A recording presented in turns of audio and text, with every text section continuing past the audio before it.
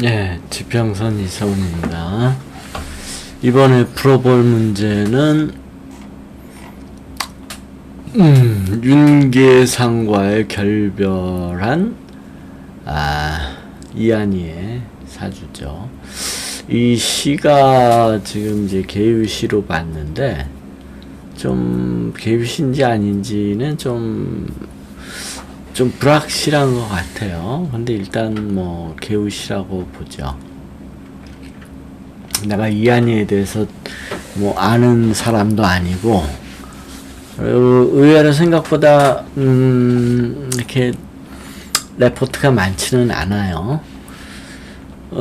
그래서 질문이 뭐냐면 이제 올해 해운이 경자년인데 이 경자년의 해운이 결별과 관련이 있을까요? 라고 물어봤는데요. 당연히 관련이 있죠. 이 상관이라는 거는 올해가 경자년인데 이 경이 상관인데요.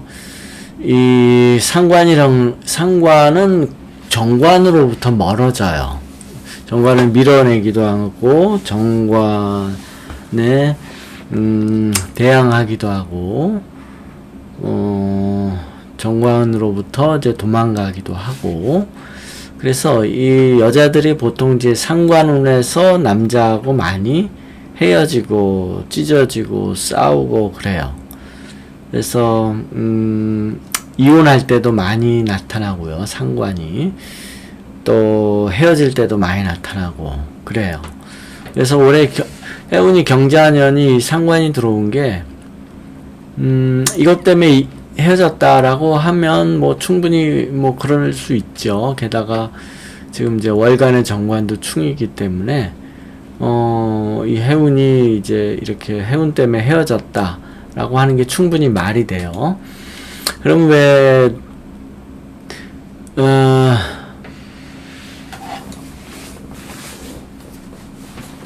그거보다도 이제 보면 이제 이 사주가 이한이의 사주가 이제 인성이 굉장히 약하잖아요. 인성이 이 지장간에 정인이 딸랑 하나 있는데 이렇게 딸랑 하나 있는 지장간에 딸랑 하나 있는 육칠은 굉장히 중요해요. 그 사람한테. 그래서 그럼 이제 뭐에 들어있냐, 그러니까 굉장히 중요해서 인생에서 어떤 중요한 일들 또는 어떤 본인의 가치관 이런데 굉장히 영향을 미쳐요. 그런데 이 정인이 정관 안에 들어있잖아요. 정관 아래에 겁재도 있고, 겁재도 굉장히 이제 여기에만 있네요. 사주 원국에는 없고. 그러니까 정관 안에, 정관 밑에 있는 지장간 겁재와 정인이 본인한테는 굉장히 중요하다는 뜻이에요. 인생에 지대한 영향을 미쳐요. 이러면 이 정관이 본인의 이제 직업이나 일거리를 말하죠. 그러면 이 사주는 직업을 가졌을 때 돈도 벌고 또 자기가 맡은 일이 무엇인가, 그러니까 이 정관이라는 게 이제 나의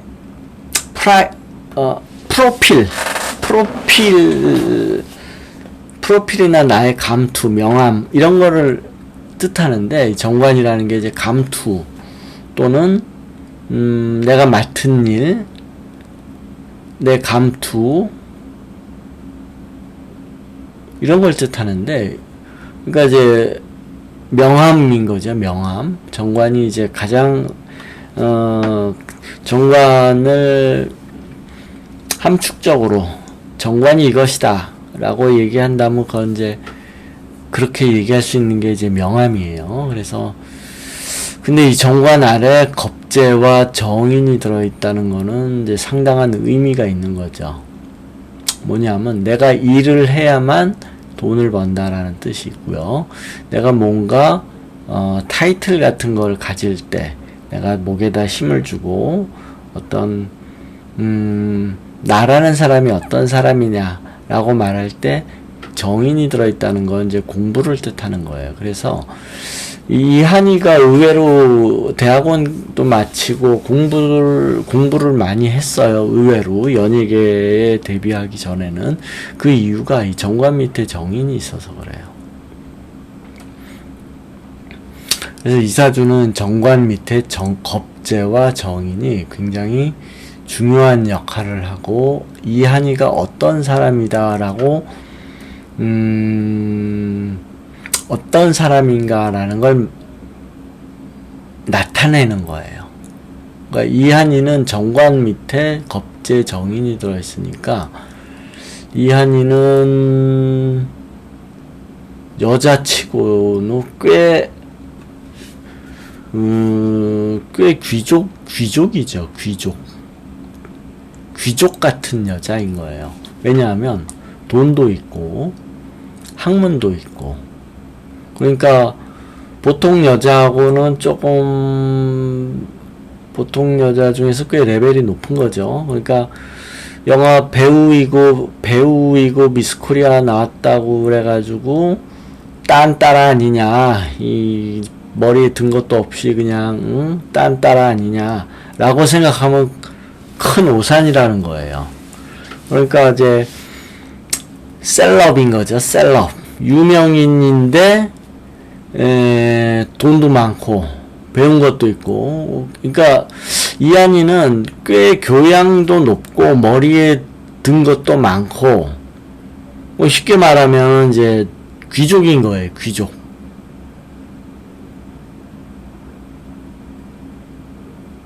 저도 이거 보고 이한이가 이게 그냥 머리에 든 거 없이 딴따라가 아니구만 하는 걸 지금 느끼네요. 그래서 이제 만약에 이제 정인이 여기저기 있으면 그런 얘기를 안 해요. 또 겁재가 여기저기 있으면 그런 얘기를 안 해요. 그런데 이 겁재도 하나밖에 없고 정인도 하나밖에 없는데 그게 정관 밑에 있기 때문에 이한이는 굉장히 얘가 귀족이구나 하는 걸 알 수 있다는 거예요. 그냥 딴따라가 아니라. 그러니까 이제 그냥 딴따라처럼 대우하고 그러면은 얘한테는 안 통하죠. 그러니까 지금은 좀 덜하겠지만 그 여배우들 그냥 날라리고 딴따라고 그래가지고 그냥 막 부려먹고 하던, 많이 그랬어요 과거에. 그러니까 과거에는 그냥 여자 연예인 하면 막 그냥 천하게 대우를 했어요. 그러니까 이제 영화 감독이나 PD, 뭐 기자, 뭐 이런 애들이 배우다 그러면 완전 그냥 옛날 그저 천하게 막 대우하고 막 그랬다고요. 2000년대에도. 그러니까 이제 TV 나오고 배우하고 그러면 왜 각광 받잖아요. 여배우라고 그러면 막 각광 받잖아, 일반 대중으로부터는. 그런데 이 PD나 영화 감독이 사진 찍는 놈들은 이년들아, 여기 아이가 뭐 이렇게 사진 찍을 거니까 야 벗고 막 이제 막 천하게 막 대우해주고 막 이런 게 비일비재했어요, 현장에서는.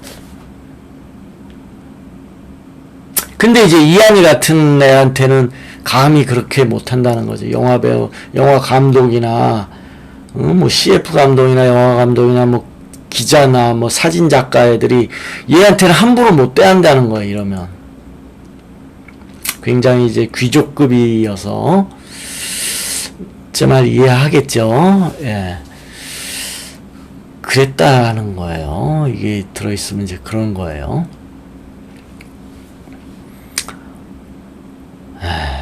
그런 거 이제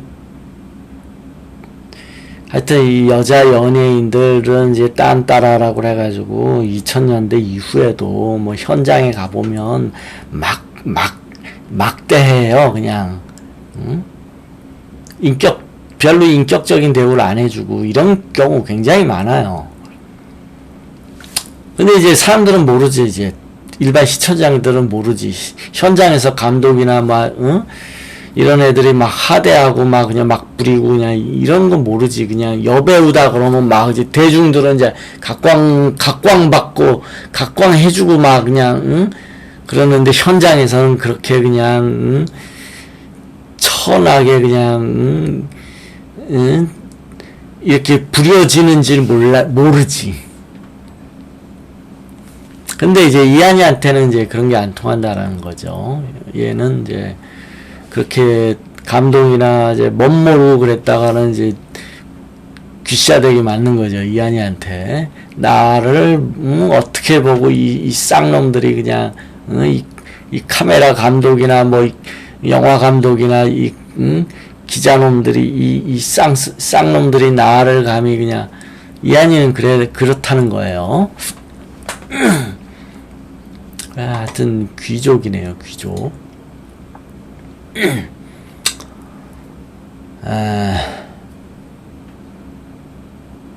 뭔 얘기하다 이렇게 됐지? 근데 이제 지금 대운을 보니까 올해가 이제 38인데 인성운이 이미 보통 이렇게 이제 이사주는 이제 화 기운이 굉장히 이제 귀한데 화가 약한데 대운에서 들어와주면 그러니까 사주가 치우치더라도 대운에서 시적절하게 들어와주면 어려움 없이 잘 넘어가요. 근데 이게 이제 들어온 거예요.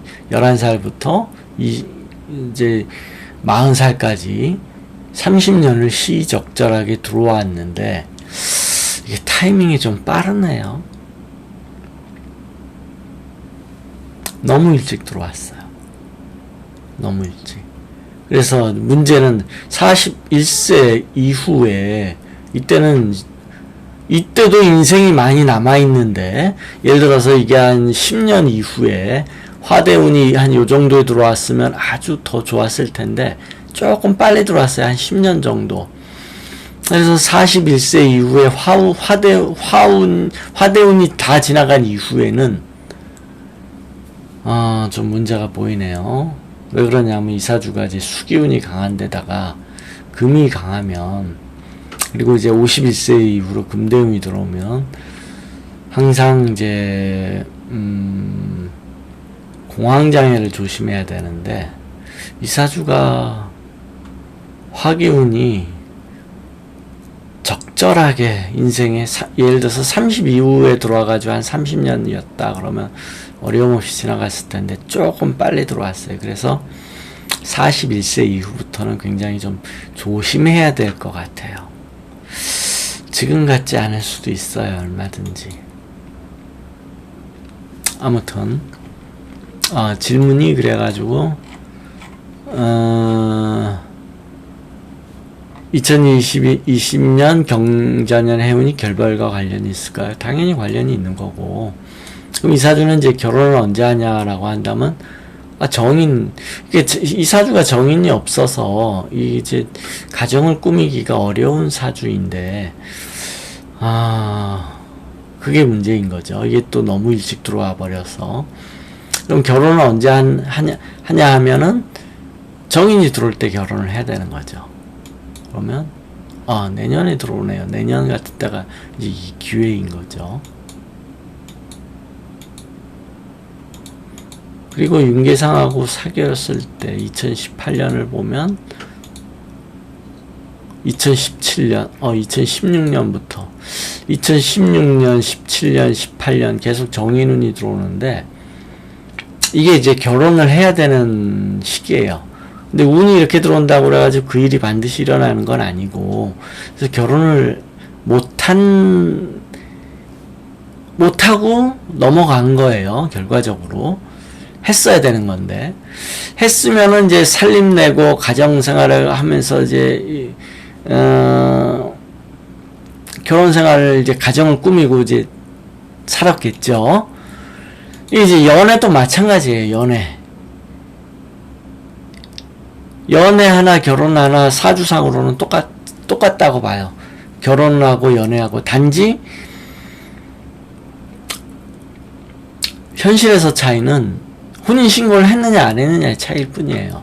사주상으로 보았을 때 이렇게 정인운이 들어오면 아 이거 연애하고 있구나, 또 살림 내고 있구나, 충분히 그렇게 보는 거예요. 그러니까 이때 결혼을 해도 설령 안 했어도 살림 낸 거하고 똑같이 연애를 하고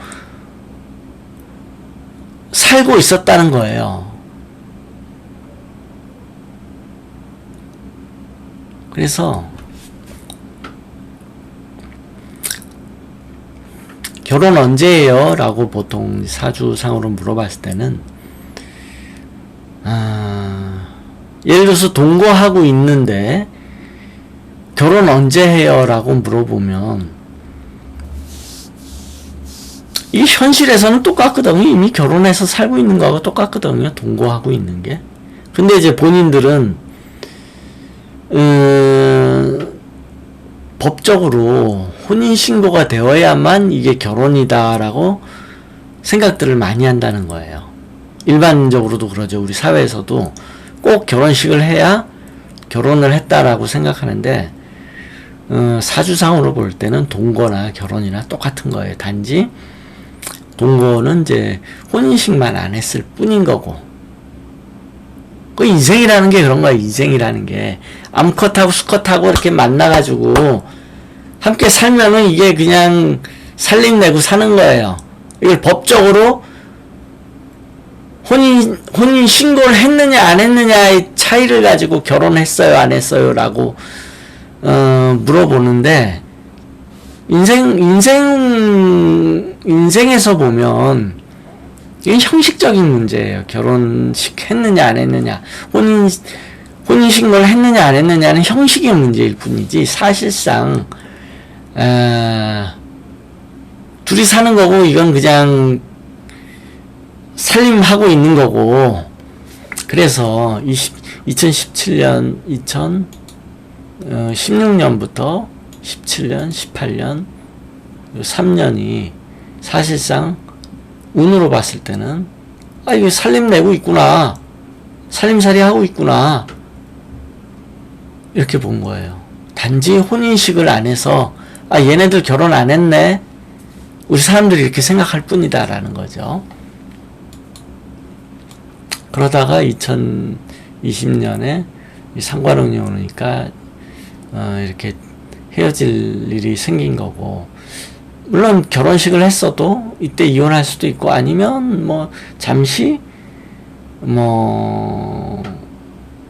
한 몇 달 별거 하다가 따로 살다가 다시 그 후로 또 합칠 수도 있고, 인생이란 그런 거예요. 이 법에 묶이면 안 돼요. 사주를 해석할 때는, 그러니까 사주로서 인생을 볼 때는 법적인 건 고려하면 안 돼요. 법은 단지 형식적이고 요식적인 것일 뿐이에요. 법적인 것. 물론 그거로 인한 법률 관계라는 게 또 존재하기는 하지만, 사람 나고 법 났지 법 나고 사람 났나. 그러니까 이제 현실적인 문제. 그러니까 이제 사실혼이라는 것도 있잖아요. 법률혼. 혼인신고를 하면 법률혼이고, 혼인신고 안 하면 사실혼이고, 사실혼 살림내고 살다가도 얼마든지 애 낳고 이렇게 사는 부부들도 있고, 그러니까 이게 혼인식이라는 거를, 법적인 결혼이라는 걸 너무 이렇게 꼭 반드시 결혼식을 해야 되고 혼인신고를 해야만 결혼이냐 라고 보지는 마라라는 거예요. 그래서 문제가, 이한이 같은 경우에는 정인이 약해서 40세 이후로는, 41세 이후로는 정인운이 없기 때문에 결혼은 더더욱 힘들 거고, 51세 이후에는 심지어 공황장애까지 조심해야 된다는 거예요. 앞날이 썩 좋게 보이지는 않네요. 정인운이 조금 빨리 와서 적절히 중간에, 인생 중반에 정인운이 적절히 들어가 있다면 무리 없이 잘 나갈 수 있는데, 조금 빨리 와서 나중에 조금 문제가 될 수 있어요. 네, 여기까지 할게요.